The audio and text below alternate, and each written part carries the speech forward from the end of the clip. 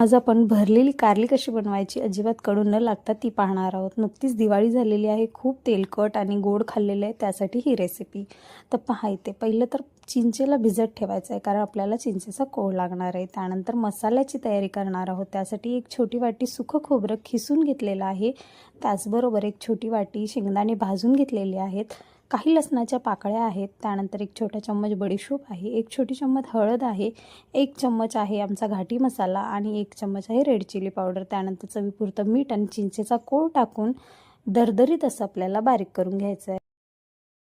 इथे मी अर्धा किलो छोट्या साईजची कारली घेतलेली आहे, त्यांना सुरीच्या साह्याने मध्ये कट मारून घ्यायचा। त्यानंतर चमच्याच्या बॅक साईडून ह्या अशा प्रकारे बिया काढून घ्यायच्या। अशा प्रकारे खूप इझिली बिया निघून जातात। सर्व कारलींना कट मारून बिया काढून घेऊयात। त्यानंतर आपण कारली भरून घेऊयात। हा जो खोबऱ्या लसणाचा मसाला केला होता तो मसाला या कारल्यांच्या मध्ये अंगठ्याच्या साह्याने प्रेस करून एकदम फिट्ट असं भरून घ्यायचं आहे। अशाने काय होतं, मसाला बाहेर निघत नाही। व्यवस्थित सगळी कारली जी आहे ती भरून घेऊयात।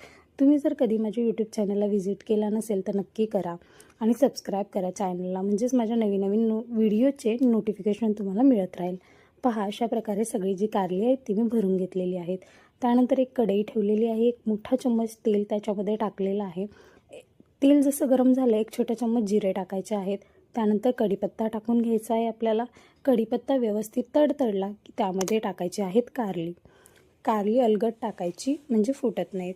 त्यानंतर अगदी हलक्या हाताने या कारल्यांना आपण मिक्स करून घ्यायचं। मिक्स करून झाल्यानंतर झाकण ठेवून 8 ते 10 मिनिटं लो फ्लेमवर शिजू द्यायचं।